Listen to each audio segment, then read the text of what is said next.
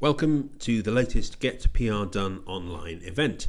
This evening we are delighted to be joined by Dennis Pilon, Associate Professor of Political Science at York University, Toronto, from where he joins us tonight, despite the time difference. Dennis is a prolific writer, public speaker and media interviewee. His book, Wrestling with Democracy, Voting Systems as Politics in the 20th Century West, has a wealth of information on the how, why, where and when of change in democratic systems in Western industrialized countries. His focus is not on individual reform events, but on the historical context of that reform. Dennis, I think you're going to share some of that historical context with us right now. Well, let me begin by thanking the group for asking me to speak to you today. I think it's a logical question for a group like yours with a name like GetPRDone that you'd want to know how it was done in the past. I mean, that's one of the ways in which we try to inform our efforts. How did people, if we want to get there, how did people get there before? What can we learn from what they did? Well, here you're in luck because this is the main focus of my research. My two books and over 25 journal articles and book chapters, all in different ways, deal with this question of how do we get PR? How do we make it happen? How do different countries do it at different points in time?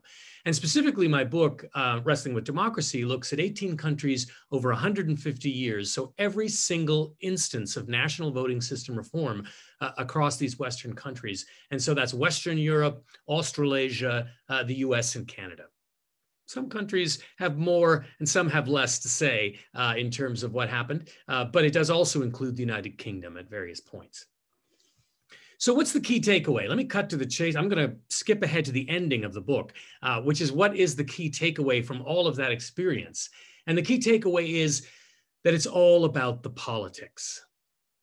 What it's not about is values or culture, or the performance of different systems. No one anywhere made a decision on a voting system to introduce at the national level based on those sorts of things, which may surprise you, because that's the kind of thing that we're constantly told we should be looking at. That's what the political scientists say. It's what the media commentators say. And frankly, it's even what some of the political scientists say, but they're wrong. That is not the reason. Those aren't the reasons that countries have adopted PR. It's the politics. Instead, voting system reform, real voting system reform, reforms where we went from one system to another, involve political self-interest, the struggle for and over democracy. It's often about frightened elites looking to stymie their rivals or to avoid democracy altogether, or to put limits on a democratic settlement that they can no longer avoid. It's usually introduced by people under duress who are unsure about their political power or the popularity of their rivals.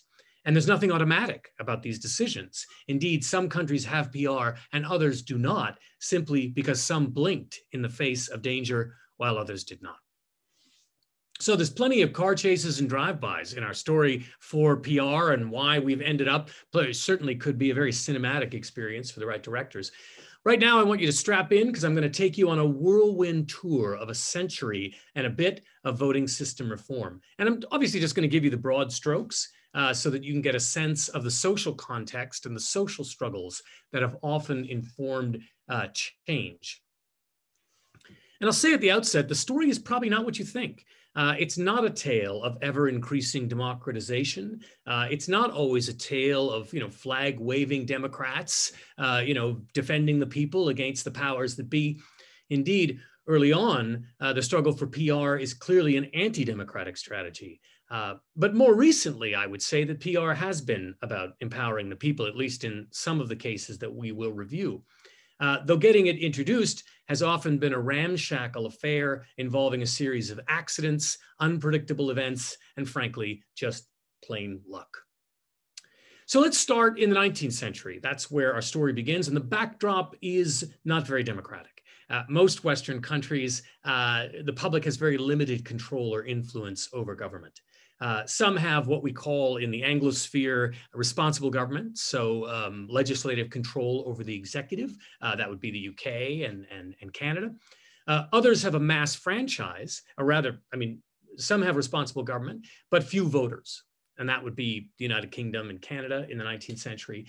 Others have a mass franchise, but the people who vote and the people they vote for have no control over the executive. The executive can do what it wants, free of influence in the legislative branch. That would be Germany as a good example in the 19th century. And others find any democratic claims they would make limited by corruption and violence. So both France and the United States, and to a lesser extent Canada, find their electoral processes mired in corruption, mired in violence, to the extent that they're not really free and fair electoral contests. Now, this only starts to change as we come out of the 19th century because of organized public pressure. Nobody ever just said, hey, let's do this democratic thing. It wasn't like everybody got in a room and said, yeah, democracy, that's what I want. Instead, democracy is something that is extracted from the governing elites of the day by virtue of the public pressure that is brought to bear and the threats that are made. And this public pressure is primarily brought from the political left. So things like general strikes and street marches force reform onto the agenda in places like Belgium, Norway, Finland. And PR there in this very early period is taken up as a conservative strategy to oppose both the left and more centrist political forces. So conservatives want to resist at the time, socialist or Labor Party claims for democracy, but they also want to resist more liberal forces who simply want responsible government. They don't want democracy. They just want they want the governing system to be accountable to those with property, which the conservatives are resisting. So in this very early period, we see PR as an anti-conservative campaign. And anti-conservative forces in places like Belgium, which is one of the first countries to adopt a sort of PR system, Finland and Sweden and Germany at the subnational level. Conservatives are the driving force in adopting PR in these places, primarily as an anti-democratic, anti-opening of the system to other influences strategies. And they're fairly successful. They are able, particularly in places like Sweden and Belgium, to use PR as a very clever technique to divide their opponents. So in a sense, they're using reform to prevent reform in those cases, or at least more democratic reform, more substantive reform. They're trying to avoid legislative control of the executive, or they are attempting to resist the expansion of the franchise in a way that they think would be risky to them and their interests. But the conservative victory is temporary. And the next era where we see a considerable amount of voting system reform is the era defined by war. So during World War I and after World War I is when the majority of Western countries adopt proportional voting systems. And in fact, at that point, the majority of Western countries do adopt a proportional voting system. Why? Because World War I alters the balance of power across Western Europe. The right is largely discredited because of their seen responsibility for war, but also for things that occur during the war, like war profiteering. Against a backdrop of revolution in some parts, mostly Eastern Europe, this creates a situation where both conservatives and more centrist liberals are frankly terrified of what may come. They're not exactly sure if it's moving in a Soviet direction or in some other sort of direction. And so PR becomes a strategy that they take up as a kind of self-protection. They can no longer resist the demands for some sort of minimal democracy, at the very least involving full male suffrage, maybe even full female suffrage in some cases. And you may recall, of course, that the United Kingdom didn't extend full male suffrage until after World War I. So through various means, most working class males were not able to vote until after World War I, so fairly late in the game. Or they were forced to grant responsible government, or what the Europeans call parliamentarization, right? Parliamentary control over the executive. So they adopt PR fearing that a working class majority will use the state to take from the wealthy and from the privileged. And they adopt PR to limit the power of this new electorate. Now, party system instability helps to fuel this as old parties break apart and new ones emerge. Again, the United Kingdom story is very interesting. Nobody is exactly sure what's going to happen to the Liberal Party, which had been governing during the war, seemed to split in half. Power shifts from Asquith into Lord George's hands. Lord George is making a coalition with a bunch of conservatives. Nobody's exactly sure what's going to result after the war, and this situation of instability and insecurity creates an opportunity for a speakers conference to consider PR. And the United Kingdom came very close to adopting some form of PR after World War I, but in the end managed to ride out the challenges that they saw the threat of extending the franchise would represent. And again, so this is where we have to sort of recognize that there's a key role here for individual decision-making against this backdrop of very similar social, political, and economic conditions. Again, Australia moves towards the alternative vote. We see that happen again in a situation very similar to the United Kingdom. We have a Labour Party that is split, and half of the Labour Party is working with other forces in a national unity government. This becomes an opportunity for voting system reform. Canada also sees its party system unravel after World War I. The Liberals are broken apart. Farmers are their own party. Labour is their own party. And so it's looking everywhere like PR is a possibility, but it doesn't come to pass. It does come to pass in Europe, probably not surprisingly, because that's where the war was occurring. And so things there were just a little more unstable. But it wasn't that it wasn't being discussed elsewhere. And for the very same reasons. The threat that this mobilization of primarily working class people, in some cases farmers, this threatened the traditional elites and made them think that they needed some way to control what was going on. Some cases that was PR, in other cases it was riding things out. Now, what's interesting in the interwar period between World War I and World War II is that the voting systems stay relatively stable. France is an outlier, but then France is always an outlier. But everywhere else, it remains fairly stable, but the regimes do not. And so we see this contestation of this minimal democratic deal that was struck after World War I. And that's going on everywhere. All countries are facing challenges to this compromise that has been established, and many on the right are not happy with the compromise that was struck at the end of World War I. And so we see this minimal democracy overthrown in places like Germany, Spain, and Italy, and it is threatened everywhere else. We see another shift with war, and war again shifts the balance of power in countries because of the mass mobilization that is required to fight these wars. That empowers some of the traditionally unempowered groups. And so not surprisingly, in the post-war period, against a backdrop of superpower contestation between East and West, the Cold War, PR is again reintroduced in places like Germany and Italy, though not in the Anglosphere. So we don't see much discussion of that in places like the United States or Canada, or any change in Australia or New Zealand. And we see then a very long period of stability from 1950 up to the 1990s. There's a bit of discussion of voting system reform in the 70s, but really we don't see any actual voting system reform amongst Western countries until, well, again, France is an outlier, so we do see some change in France in 1986. But everywhere else, this emerges in the 1990s. And the backdrop to that is the breakdown of the post-war consensus in the 1970s. In the 1970s, up to the 1970s, from the 1950s to the 1970s, we saw a fairly consistent commitment across Western countries to full employment and to government-assisted economic development. And in the 1970s, this starts to become contested, starts to unravel, starts to not work in the way that it had worked. And this lays the ground for the battles that would occur later on, primarily involving the introduction of neoliberal economic and social policies. We saw some discussion in the 1970s of voting system reform fueled by concerns around regionalism and devolution. Obviously there was the referendum on Scottish devolution in the 1970s. There was the election of a separatist party in Quebec, threatening to tear the country apart in Canada. And so these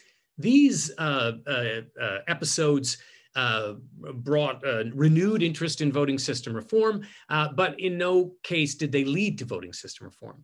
So regionalism wasn't enough to push that envelope.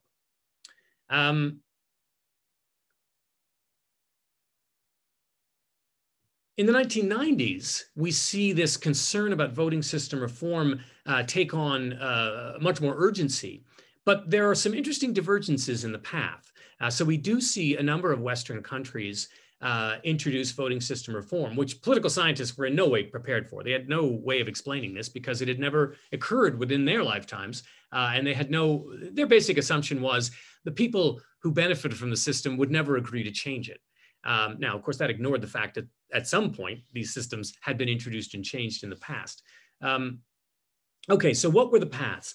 Well, the backdrop, again, was this struggle over economic policy. So all countries across the West were having a struggle over this neoliberal juggernaut. Were countries going to adopt and enforce a smaller welfare state, reduce taxes, the whole host of policies that are associated with neoliberalism, or were they going to try to stay the course with some of the Keynesian, economic management strategies that have been used in the post-war period? And in some cases, voting system reform was a way of breaking the impasse, breaking the deadlock that was preventing the introduction of neoliberal reforms. And in other cases, PR was a way of resisting the imposition of neoliberal reform. So what's important here is that we can see that the same institutional reform can be sponsored by people with very different objectives and with very different goals. Very different coalitions can be behind these calls for reform. So it's important for us to look at those contexts. In Italy and Japan, their party systems and their relationship to their constituencies prevented them from moving on neoliberal reforms. They were strongly patronage-oriented systems. Japanese politicians gained election in part by servicing local interests with patronage. Italy's system was widely held to be fairly corrupt, where particularly in the south of Italy, politicians who gained their financing in the north would use patronage, clientelistic relationships in the south to retain power. And a voting system reform allowed those political elites to reorganize how they gained support. It allowed them to increase the influence of some of their supporters while marginalizing the influence of other supporters. Labor's conversion to a kind of Thatcherite neoliberal consensus under Tony Blair was another instance of this sort of set of changes. So the move towards the center and to marginalize the left wing of the party, with promises that if elected, Labor would introduce a host of structural reforms, in effect to rebalance the regional allocation of power within the United Kingdom, but also to rebalance the party system. So Tony Blair had promised to establish a devolved set of institutions and allow them to be elected proportionately. Of course, that was developed through a host of consultations in Scotland, Wales, and Northern Ireland. But he also promised that he would move on national voting system reform. Well, what we saw was that Tony Blair did keep his promise on devolution, but he did not keep his promise on national voting system reform. And it's also important to understand the not so clear motives, that it was very much under a neoliberal order in the interests of Tony Blair or any governor to devolve power. Devolving power essentially makes those areas more complicit in introducing policies that they have no choice but to introduce, remembering, of course, that economic power remained with the central government. And that dynamic is not unusual in other locales as well. We can see that at work in Australia and in Canada as well. And the introduction of PR, while keeping a promise that was made, was also serve the interests of Tony Blair and his leadership group with an idea that it would keep these regions divided, more divided than Westminster, and so that it would allow them to more effectively control what was going on. While Westminster could be fairly unified with a strong party system supporting a highly centralized executive, these proportionally elected systems would not be able to act in quite the same way. And so this was seen as an advantage. The most interesting reform process from, I think, a democratic point of view, which is the point of view I associate with this group and other groups like them, like Fair Vote Canada in Canada or Fair Vote in the United States, is New Zealand. And so in New Zealand, of course, the influence was just the opposite. It was the capture of both of the major parties by neoliberal forces that ended up fueling a groundswell of public opposition to the political class as a whole. It created what commentators called a voter's vengeance, where they attempted to stick it to the political class as a whole. So as both the National Party and the Labour Party adopted very similar economic positions, voting system reform became a very popular reform with the public as a way of disciplining these parties and anchoring them to the constituencies that had voted for them. But having said that, it's very hard to boil down what occurred in New Zealand to a tasty set of steps that someone else could mimic. In fact, the New Zealand result was a series of gaffes, accidents, verbal slip-ups on television debates, and frankly, just a lot of luck. It was not a clear slam dunk that voting system reform would succeed in New Zealand. And in fact, it barely scraped across the finish line. The victory was narrow, and the victory in New Zealand ended up having policy influence elsewhere. Canadian politicians learned from the New Zealand experience and introduced a host of changes to their processes for voting system reform that effectively rigged them against any change at all. So what are the lessons from all this history? Well, voting systems affect how power is captured, how power is used, and to what end. Whether it must be more or less inclusive, more or less representative. It determines whether groups have to broker some kind of consensus across parties or merely within parties. Voting system reform is always about who will have influence and how influence will affect state decisions, which means very powerful forces have a strong interest in the issue. In the early period, up to World War I, conservatives used it to avoid democracy and limit political forces that were campaigning for it and that they were opposed to. Later, during and after World War I, coalitions of conservatives and liberals would use PR to try to limit the new working class voters who were being brought into the political system and some of the left parties that they were voting for. And after World War II, PR was used again, where the political balance of power was uncertain.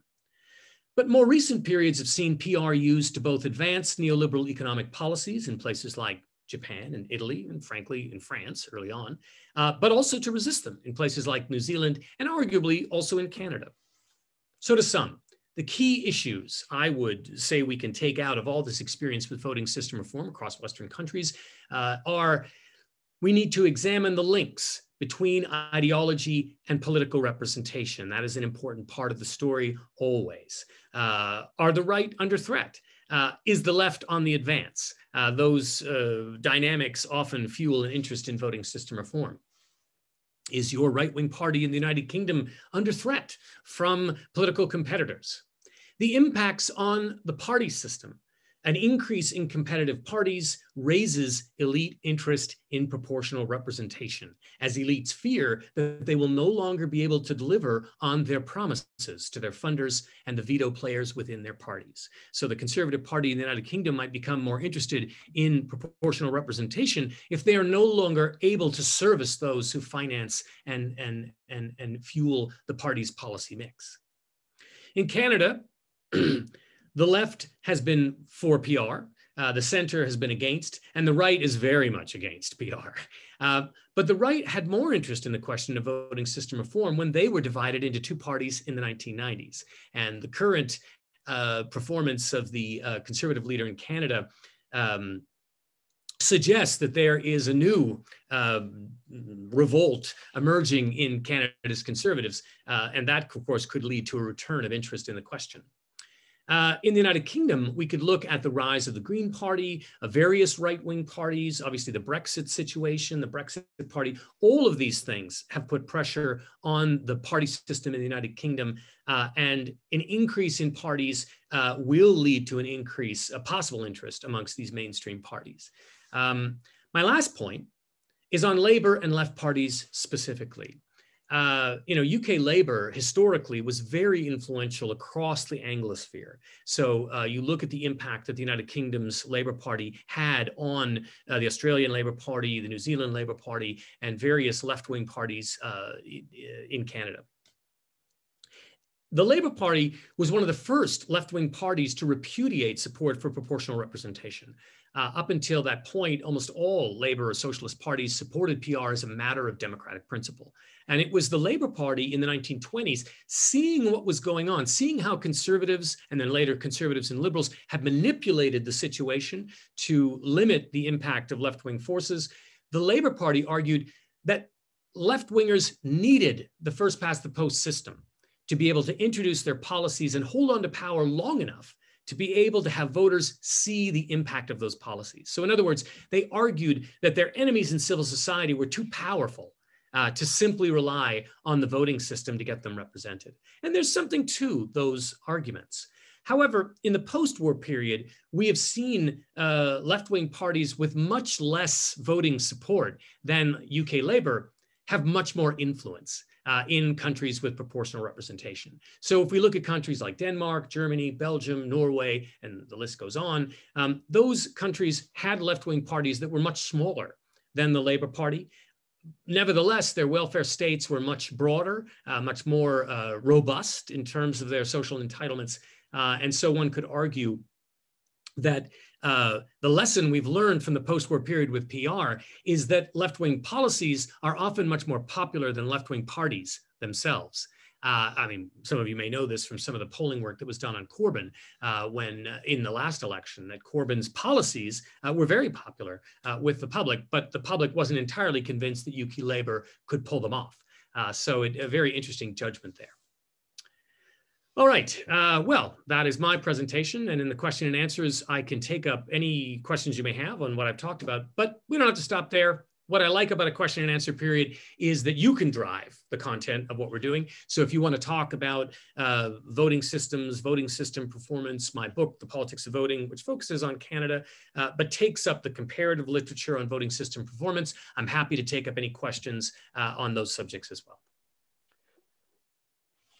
Dennis, thank you very much. That was fantastic, really fascinating, and a whole lot of history I didn't have beforehand. Actually, to kick us off, we've got a couple of questions on Canada, so maybe we'll deal with that first and move on. Anna, would you like to ask your question first? Is PR a bit of a lost cause now in British Columbia? What with the very close referendum in 2005 and the ones afterwards? The short answer is no. You know, if I had $1 for every time someone said to me that, you know what, it's done, we're finished, this thing is baked, there's no more PR. I mean, they said that after 2005, they said it again in 2009. There were referendums in BC on the question in those years, and then more recently in 2018. What's pushing PR is only partly public demand or activism of groups like Fair Vote Canada. The bigger issue is party system instability. And where there is party system instability, that fuels, that creates the space for the discussion. And so in British Columbia, you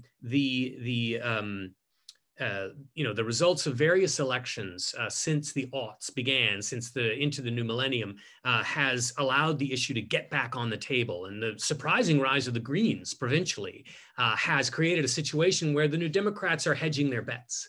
The New Democrats are officially in favor of PR as the left-wing party, but there is some dispute within the party. Some parts of the party are kind of dragging their feet. And so, yeah, I think, you know, as long as that kind of competition is going on, there's a space for the issue to reemerge. Okay, thank you. Thank you. And follow that up, Alan, you've got a Canada-related question. Hi, Dennis. Alan Story here. Actually, I'm a Canadian and haven't followed politics that closely in the last few years now in Canada. How important was the issue of voting reform in the 2015 election that elected Trudeau? Because the Liberals had gone down to third place, I understand. It was Harper and the NDP and Labour was, Liberals, I keep making them say, so it was pretty down.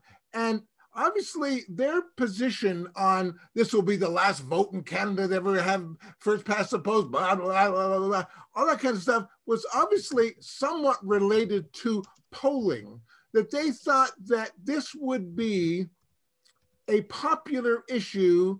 This, you know, because Harper, that administration was more and more corrupt and, you know, John Diefenbakerism. It's like really bad stuff. How did, I guess it's two parts. How did PR become sort of, hey, this is a popular issue in Canada? And was it, I mean, it wasn't obviously the only issue in the 2015 election. People, I think, thought Harper and all that sort of stuff was kind of, that's yesterday's news. But how important was PR in the 2015 election? And then, of course, the betrayal. So, you know, parties that slip to third place, you know, tend to have more interest in the issue than when they are, you know, one of the two, you know, competitive parties for power, as is often the case in first past the post systems. So to understand the context, I mean, the Liberal Party had always been first or second. Never in the history of Canada from 1867 forward had the Liberal parties ever not been first or second. So to fall to third place was a catastrophic result, which really shook the party and shook its varied funder and support base. The Liberal Party is a strange party. It's kind of two-faced. You know, it has to face in two directions at once.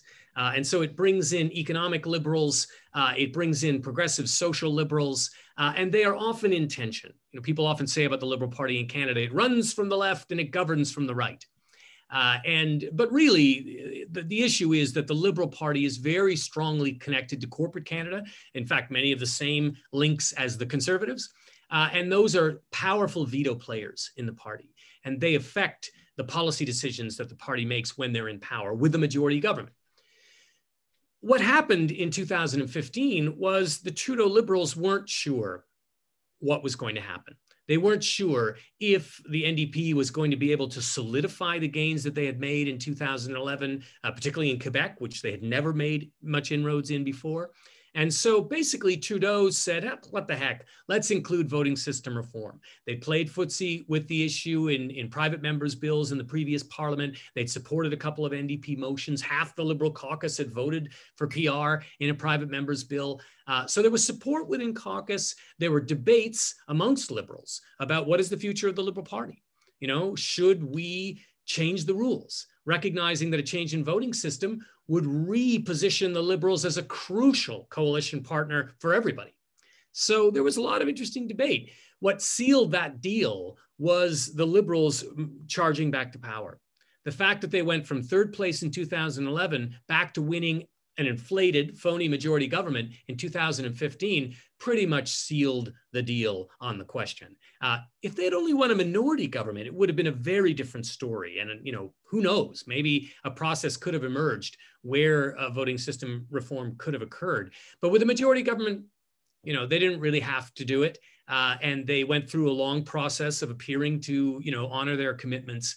But when Trudeau realized he couldn't get what he wanted, which was an Australian-style alternative vote, well, then he just put the brakes on the whole thing. Right. Obviously, the answer to that is we want the Labour Party to finish third in the upcoming elections, and then they'll start to get, because I think we really want to talk about, I think, really enjoy your commentary on what's happening in this country, because I don't know how much you know, but I mean, the whole purpose of GetPRDone is to win over the Labour Party to PR. And then it's the Labour Party and all the other parties against the Tories. At present, all the little parties and non-parties against the two big parties, we're finished. We can't get anywhere. But if we could win over in September at the Labour Party conference, the Labour Party support PR, we think that that would dramatically change the political landscape in this country on PR. Mm-hmm. Yeah, it would. Yep. Okay, so kind of following up on that, Peter Cook, do you want to ask your second question? Right, yes. Back in the day, Labour were quite strong, but they were clearly weakened by the split where the Social Democrats I think they were called the Social Democrat Party, split off and eventually joined the Lib Dems, which just means they fizzled away and became liberals, in my opinion. I mean, I don't see anything particularly more democratic about or social about the Liberal Democratic Party compared to what it was as the Liberal Party. What do you think would have happened if that had not occurred? If Labour had managed to hold itself together, which is doing it at the moment, hold itself together, would that have allowed Thatcher to come in and bring in all the awful neoliberal stuff that we're now experiencing? And just before you answer that, Dennis, I'd like to add to that question. Given the state the Labour Party currently is in, would it help the PR cause if the Labour Party split again now? Well, I mean, this is what First Past the Post does, right? It encourages coalitions that make no sense. And it encourages people to stick with groups because of their access to power rather than their affinity to the principles or policies that the party may be attempting to move forward or what its supporters want them to do. And we see this in Canada, right? We see in provinces where the New Democratic Party can win power, the party will often have a number of people who really probably should be in the Liberal Party, but they end up joining the New Democratic Party because it's a party that has a shot at power. And so, they get in the party. And then what it means is that for people who want the party to have a certain kind of identity, they're constantly in struggle with these people who are trying to push the party in a different direction. And it also means the party is always sort of watching its P's and Q's. It's always never really saying what it wants because it has to sort of pull together a coalition of voters who really don't have a lot in common. And that is, I think, part of the challenge for the Labour Party as well, that the Labour Party has got a lot of people on the right of the party who, frankly, probably would be happier in a more centrist party, might be happier in a party that was less associated with the historic legacy of labor or unions or socialism or cooperativism or any of the other threads that we see as being part of the historic Labour Party. Now, I don't want to upset any Labour Party types. If they can work out something, that's great. But what we saw in the 1980s with, the Gang of Four deciding to bolt ranks and establish this other party was that obviously it worked against labor. And it made things easier for Thatcher. Whether she would have won anyway is hard to know, but obviously it worked against a united front. Now, of course, if the Social Democratic Liberal Alliance and then later the Lib Dems had been able to gain more support, well, then who knows? Maybe in a split broad enough, it could have created a situation, a hung parliament, where there would have been an interest in change. But again, as I say, change is often in the interests of parties, not who just lose power, because in First Past the Post, those two main parties think that they'll win another day. They have to believe that winning isn't on the horizon for a very, very long time. When a party believes that, then they become much more interested in voting system reform, particularly on the right. Yeah, that's probably right. John Appleyard, following on from that, you've got a question that's Labour related about the SNP. Oh. Okay, unmuted. Where are we? You're good. We can hear you. Okay, the SNP is most likely largest coalition partner for Labour. To what extent do you think their alignment, notably on Scottish self-determination, might be necessary for their fulfilling any voting reform they may have in their manifestos? I mean, both parties may have in their manifestos. It's funny because regional parties are in an interesting fix in countries like the United Kingdom and Canada. And people often say, well, you'll never get a party like the Bloc Québécois or the SNP to agree to voting system reform because they're so dramatically overrepresented by the current system, right? Because we know that the current system privileges proximate voters and it discriminates against dispersed voters. But what was interesting in the Canadian context was that the Bloc Québécois came out in favor of PR. And this got a lot of pundits scratching their heads. Why would they do this? This is going to lead to a reduction of seats for them in Quebec. It means that it's going to open the door to others to claim to speak for Quebec and not just the Bloc. But here's the thing. If you can end phony majority governments, then the government that will be established will have to be more inclusive. And sometimes parties that are interested in regional devolution like the idea of a proportional parliament, because it's a parliament that cannot act in such a unilateral way. And it can't strike out at regions in the way that a first past the post elected government can. Under first past the post, a government with enough support can basically say, screw that region. You know, we don't care, you know, what they think, because we don't have to. We don't need their votes. But in PR, that changes. Now, those regions and voters in those regions are part. Like right now in Canada, you know, Conservatives win everything in the West, on the prairies, or most everything. The Liberals win almost everything in downtown Toronto and parts of Quebec. But under a PR system, suddenly the Conservatives would be more competitive in urban Canada. They'd be electing, or they would be getting votes that would contribute to the election of members in downtown Toronto, places they never win. Liberals would be winning on the prairies, where they seldom win. And so now those parties could not be so dismissive towards those different regions. So yeah, it's interesting that I think that the SNP would be in a difficult spot to be against PR, because of course they use PR in their own devolved setting. But I think they might also have an interest in it in terms of how it would affect the way power works at the national level. And I guess that the more of us accept that perhaps Scottish devolution, independence is inevitable, that matters less in the discussion. And actually, what we need is them on side anyway. And if we can sell it to them that way. So moving on to systems, I guess. John Falk, would you like to ask your question? Yes, thank you. Dennis, I wonder what system you would potentially recommend for the UK or its separate countries, because I don't believe the UK can hang together at all. I don't even think England can hang together. Yeah, these are you know, it's so interesting when we look at the longue durée. You know, countries are relatively new things. You know, these mega states. I mean, you look at a map of France from the early 19th century, and wow, I mean, it's the people in the north of France can't understand the people in the south of France. That's how different they were. And these states came together in part for, well, in large part for economic reasons.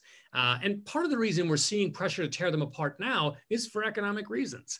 They're not delivering the goods. I mean, it's a deal. And part of the deal is that everyone's supposed to benefit. And if everybody isn't benefiting, then it's not surprising that some people are upset and want to take their ball and go home.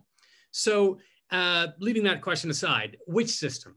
You know, a lot of these groups, groups like yours, groups like Fair Vote Canada, there's always a group that love to talk about the different systems and their differences. I'm a lumper, not a splitter in the academic game, which means that I tend to see what's similar rather than what's different. And to me, the crucial thing, the change that will occur that will deliver the most democratic benefits is breaking the stranglehold of phony majority governments. That's where all the danger, all the damage, all the anti-democratic stuff occurs, right? We can't change everything about human nature. Some people are into being good, some people less so. We're not going to erase inequality overnight. But what we can do is force broader coalitions into the governing process and more consultation. And any functioning PR system will do that. Now, the key is, of course, the devil of the details. And so it's important that if you adopt a mixed member proportional system, that the balance of seats between the party list and the local members will make that proportional result possible. If you have too few party list seats, then you won't end up with a proportional result. You'll end up like Japan, which is not really a proportional system. It's a mixed system, or Russia, which is a mixed system, but not a proportional one. Same with SDV, right? If you're going to use SDV, then you've got to have enough multi-member ridings to achieve the proportional result. And we see this in Ireland over its history. When they move to too many three-member ridings, then the overarching results become less proportional. When they move back to having, particularly in the large urban areas, multi-member ridings that are 5 or so, then you are going to get national results for parties that are much more proportional. That is the key. So I would say to your group, don't get hung up on the different systems. Don't get into one is better, one is worse, because frankly, if they're designed effectively, they will all do the job that I think you're really fighting for, which is to improve the democratic substance of your political system and increase the power of average voters and the groups they belong to influence the decisions that affect their own lives. That's really good to hear, and that's the approach that this group takes. So we don't advocate a particular system. Doesn't stop us having the conversation all the time, but we don't put our money on one particular thing. How important, Dennis, do you say the connection is with a constituency, a particular area for a representative? So that's often part of the argument against proportional representation for those who favour something else. Yeah, I mean, this is such a difficult one because I have a fairly rogue position on this, which is that there's very little evidence that the local member makes all that much difference politically. It's a very romantic notion. It's kind of a Mr. Smith goes to Washington, right? The little man, representing the people to the powerful, speaking on behalf of the local members. But answer me this, who does the local member listen to? Do they listen to the 40% who elected them or the 60% who voted against them? And how is that local member going to vote? Are they going to vote for and against Brexit? Are they going to vote for and against greater access to abortion or social benefits? I mean, it's just a silly, I think, idea that one person can represent everyone. That's not going to happen. And to the extent that people defend a local member on the basis of some sort of ombuds service, well, frankly, most systems that have PR do much better ombuds service than ours do. So, when we look at the facts are this. Very few people can name their local MP. Very few people vote on the basis of their local MP. There was a great study done in Canada, right? Political scientists went around, asked people, is the local member an important part of your decision in voting? And 40% said, yes, I vote on the basis of the local member. But then they had an interesting follow-up question. And the follow-up question was, yes, but what if that local member is not a member of the party you support? Well, now only 5% were prepared to say that they vote on the basis of their local member. Look at this fact. How many people get elected who aren't connected to a major political party? Almost nobody, right? We had one person elected as an independent. And those independents are almost always former members of a major political party. So this idea of this independent local member, it's a romantic fantasy. It's almost a kind of ideological position, but it's not what people do. And it's not what people want, really, when we look at what they actually do in voting.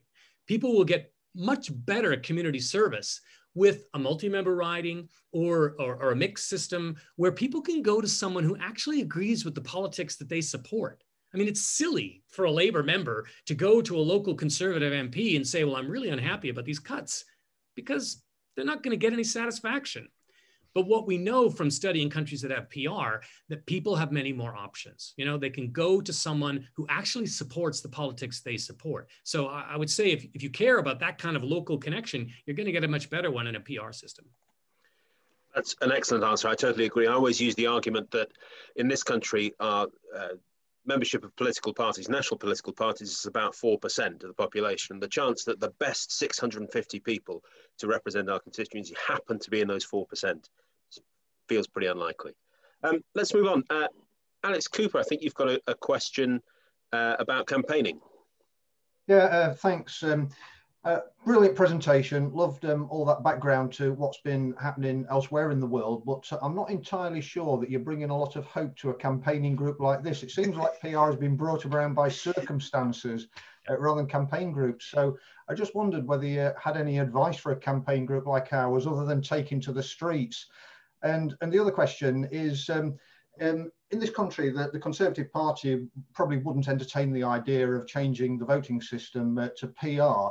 But is there any argument or anything that could be done to perhaps get Conservatives to entertain change? Well, I can better answer your first question, which is that the work that you do is important.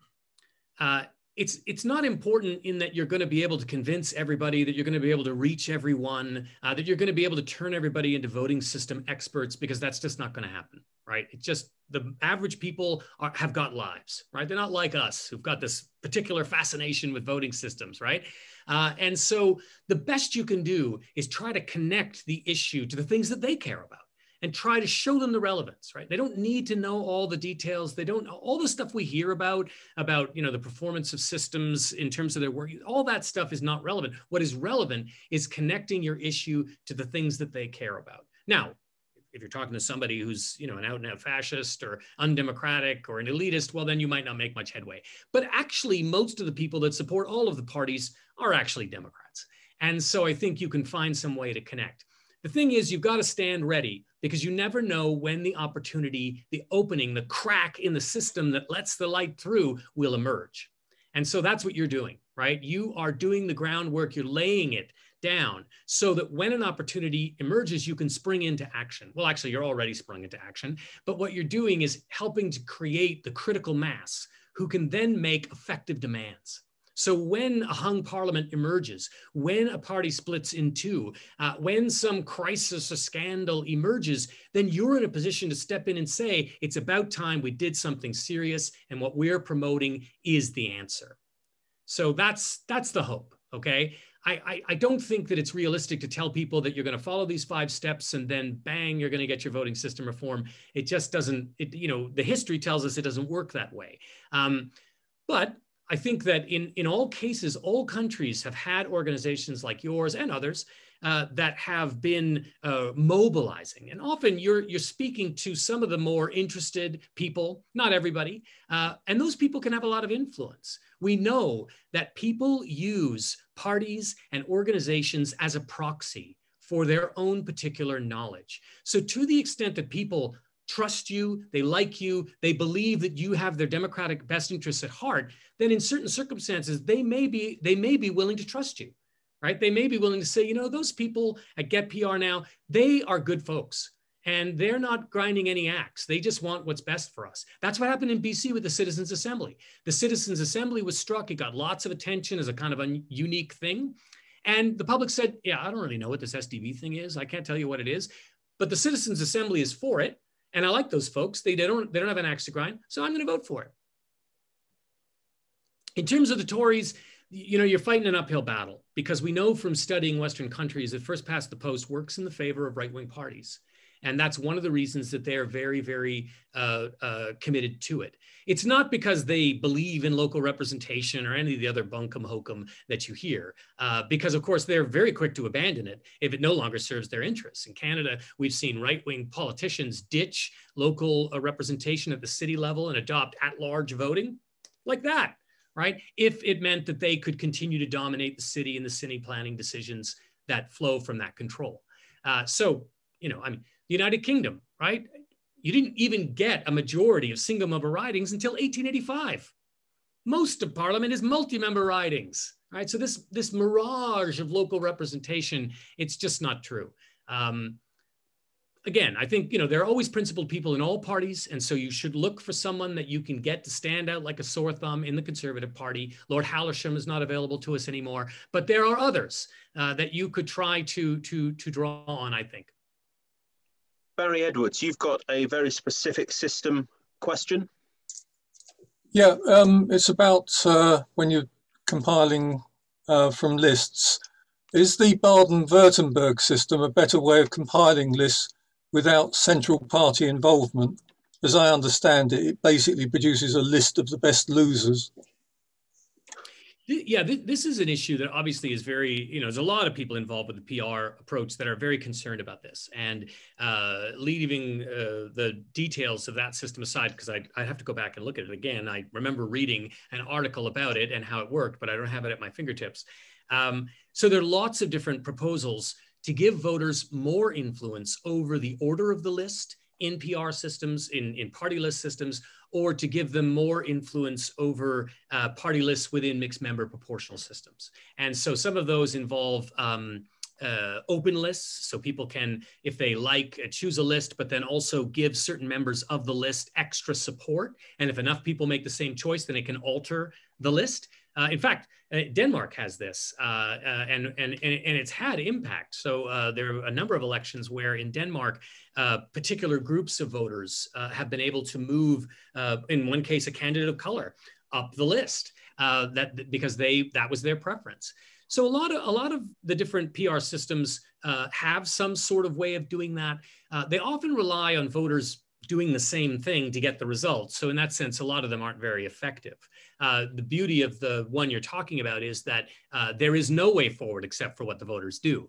And it seems to me that it works. So if that's what people want, do it. As I say, I don't know that it's the burning issue for most voters.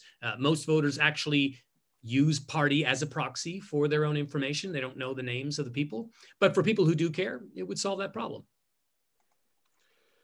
Excellent, thank you. Justin Bartley, here's a good question. Very good question. Hi. Do you think it's possible, certainly in the UK, for a PR voting system to be implemented without a referendum? For example, if it was on parties' manifestos? And secondly, is that a good idea democratically? I like the way New Zealand went about it, but I've got a lot of concerns that vested interests would mean that a referendum would probably not be on the actual issue. That's all. Well, constitutionally, there's nothing stopping a parliament in the United Kingdom from introducing a new voting system. Certainly, historically, that was the case. The United Kingdom used the single transferable vote for university constituencies in the interwar period. They used the cumulative vote for school board elections in the late 19th century. So there's a long history of Parliament having the right to change its own voting system. And I don't think anything has emerged to really challenge that constitutionally. Parliament is supreme, subject to certain things. We've seen the courts rule against Parliament. Most recently, of course, the attempt to shut down Parliament. But on the whole, Parliament has the power. Is it a good idea? Well, again, I have a somewhat rogue position on this because the people who talk about referendums always use democratic language. The people should choose, they say, in a referendum, except that my argument is that our current system is not meeting the bar of democracy.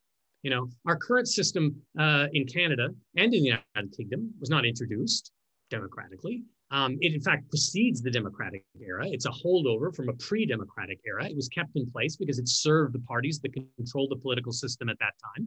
And it has allowed them to entrench their power over time. So I don't believe that it is democratic to subvert the democratic rights of voters who are being disadvantaged by the current system.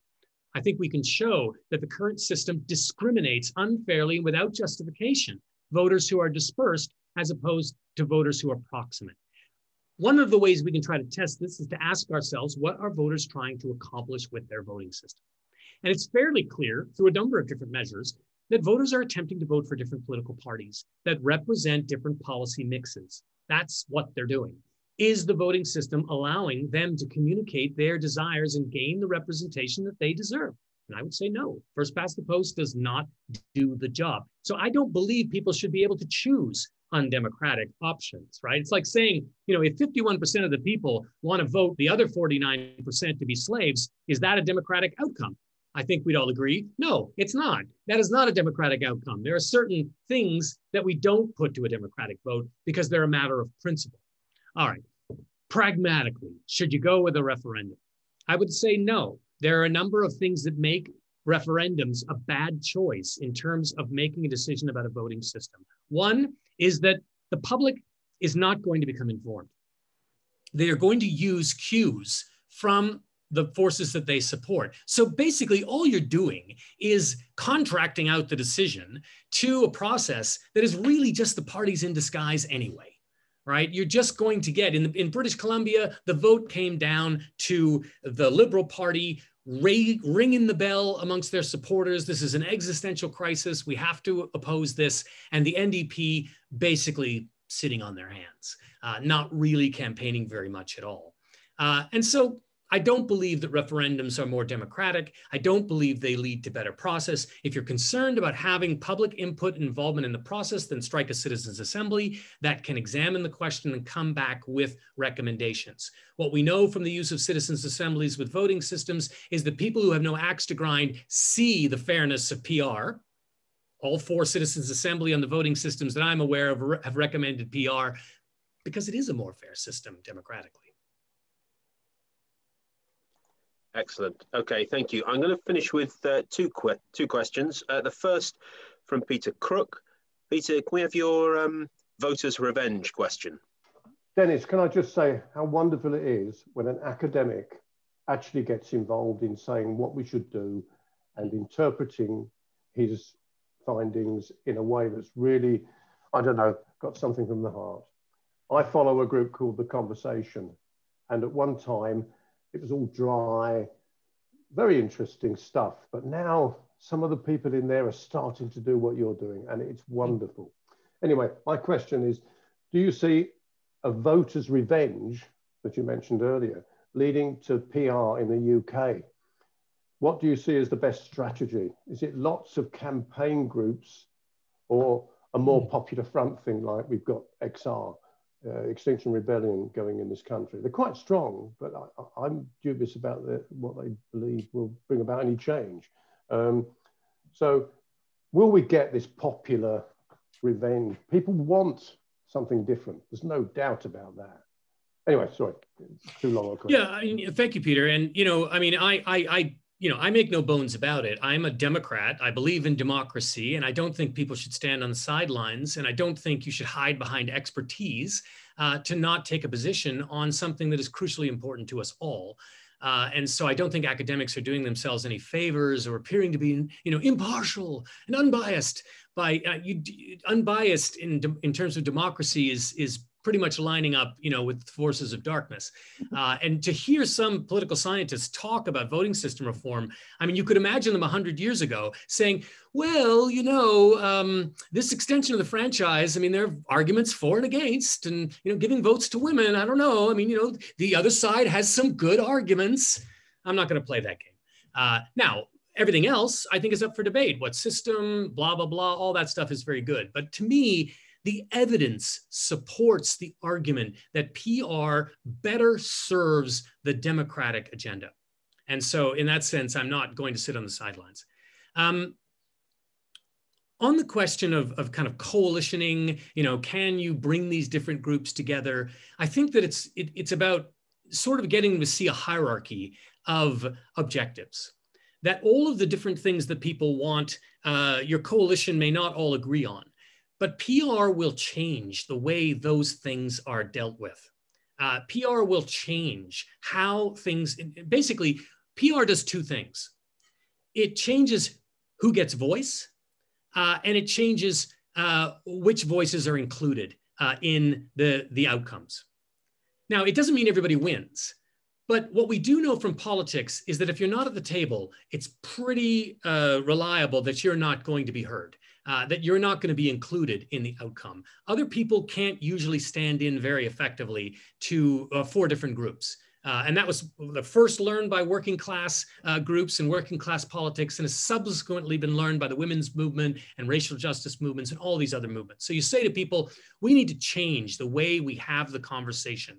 We need to get everybody to the table, and we need to come up with a way of establishing what the priorities are in a more fair way than we do under first past the post, where a phony majority may only represent 35, 40% of the electorate. And of course, we know even less when we look at people who don't turn out to vote or people who aren't registered. So that to me is the strategy, right? You say to people, I don't need to take a position on your issue to know that your issue would benefit from PR. And that's why we need to make this a priority. Now, nobody ever likes to hear that their issue shouldn't have a priority, and I urge caution on that. But I do think that trying to get people to basically throw part of their efforts to PR makes sense to all of these different issues. I don't know if that answered your question or not. Great. That's great. Thanks, Dennis. We're going to finish with a question from Anna. This may be the wrong question to finish off on. I hope you can give a fairly succinct answer. Annie, over to you. It probably is. And it's just about Ireland. Ireland has PR. They've got STV, and we're all really envious about it now. And how did that happen? Was it imposed on them? And did it work out the way people thought it would? Because they seem pretty happy with it now, don't they?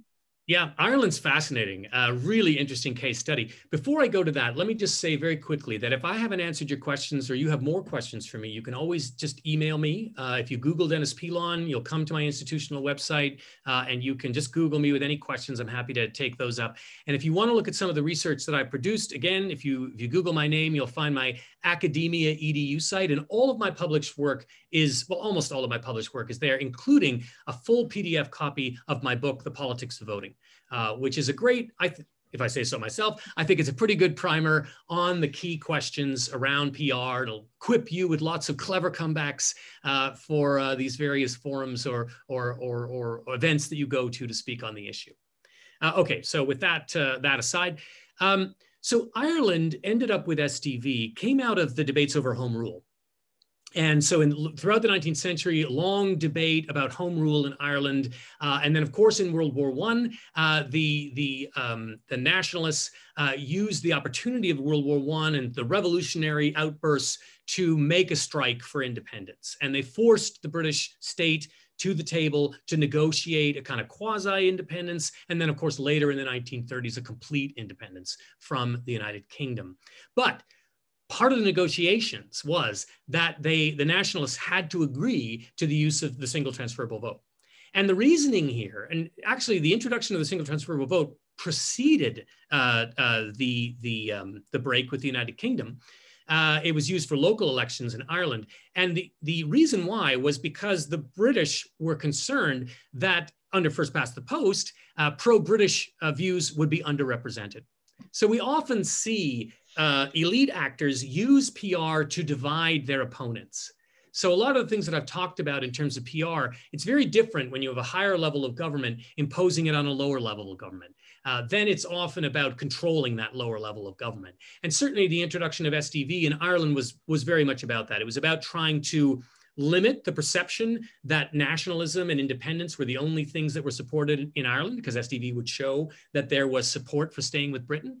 And then once they were able to establish their own parliament, that was part of the deal, that Britain would agree if they used SDV. Interestingly, in the 30s, the two major parties in Ireland had come to the agreement they wanted to get rid of SDV. For all the reasons that we normally associate, right? They wanted all the power. They didn't want to have to negotiate. They didn't want to have to deal with some of the demands that came from voters through the SDV system, because voters have a lot of control over who gets elected. And they actually have had two different referendums, because the Irish Constitution, if you want to change the voting system, you have to have a referendum to get rid of it. And they were in neither case were they able to get a majority of Irish people to support getting rid of the single transferable vote system. And so really, really interesting story. And of course, now Irish people are used to it. It's just the air they breathe. It's normal. It's what they expect to be able to do. And interestingly, a lot of the complaints that we hear about PR are not made about Ireland. In fact, the opposite. If anything, a lot of Irish political elites complain about how locally controlled politics is and how much influence voters have over what goes on. So some really great lessons coming out of Ireland for political campaigns around PR. Right. Thank you very much. That's brilliant. Brilliant. Well, look, that's about it in terms of time, I'm afraid. Thank you so much, everybody, for coming along. And thanks to those who put this evening's session together. And thanks, of course, particularly to Dennis, for joining us all the way from Canada, and for sharing his knowledge and expertise and giving up his time. Dennis, thank you very much indeed. Thank you for watching this GetPRDone event. GetPRDone is a cross-party, no-party campaign group with a single aim: to make sure that future parliamentary elections are decided by proportional representation. If you haven't already done so, please do join our Facebook group, subscribe to our YouTube channel, and visit the website at getprdone.org.uk, where you can find out more about events like this and join the campaign proper. See you soon.